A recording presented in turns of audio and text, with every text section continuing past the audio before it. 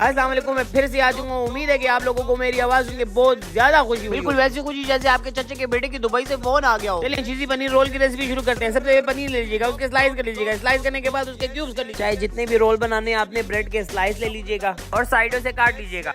याद रखिएगा जो भी रेसिपी मैं आप लोगों को बता रहा हूँ इसको बनाने के लिए काफी एक्सपीरियंस चाहिए। बहुत आसान है। आसान नहीं बल्कि बहुत मुश्किल है। जैसे कि आप देख रहे हैं कि पानी के बीच में ब्रेड का स्लाइस में डिप कर रहा हूँ, ये बहुत सेंसिटिव पार्ट है, आप थोड़ा सा ख्याल रखिएगा। पानी से निकालने के बाद स्टेन कर लीजिएगा सारा पानी। स्टेन करते ही इसमें फिलिंग का टाइम आ गया। फिलिंग करने में स्टेन का टाइम ये मैं क्या बोल रहा हूँ। अच्छा सॉरी यार, मेरी जबान फिसल गई थी। पनीर के हम लोगों ने क्यूब्स बनाए हुए थे, हमने डाल दिए। उसके बाद ब्लैक पेपर डाला। आप इसके बीच में कोई भी स्पाइस डाल सकते हैं अपनी मर्जी से। रेड चिली, चिली फ्लेक्स या तो जीरो हो, जिसका स्लाइस रखते हैं मोज़रेला चीज कोई भी हो, आप उसमें डाल के इसको फोल्ड कर। अगर आप रोल बनाने में कामयाब हो गए हैं तो आपने रोल बनाने के बाद अंडे के बीच में डिप कर। अंडा लगाना इस रेसिपी के लिए बहुत जरूरी है। अगर आप लोग अंडे की कंजूसी करेंगे तो ये रोल नहीं बन सकेगा। अंडे में डिप करने के बाद हमने क्रम के ऊपर डाल दिया। क्रम से इसी तरीके से आप उसके ऊपर लेप कर दीजिएगा। रोल बनाते वक्त आपने एक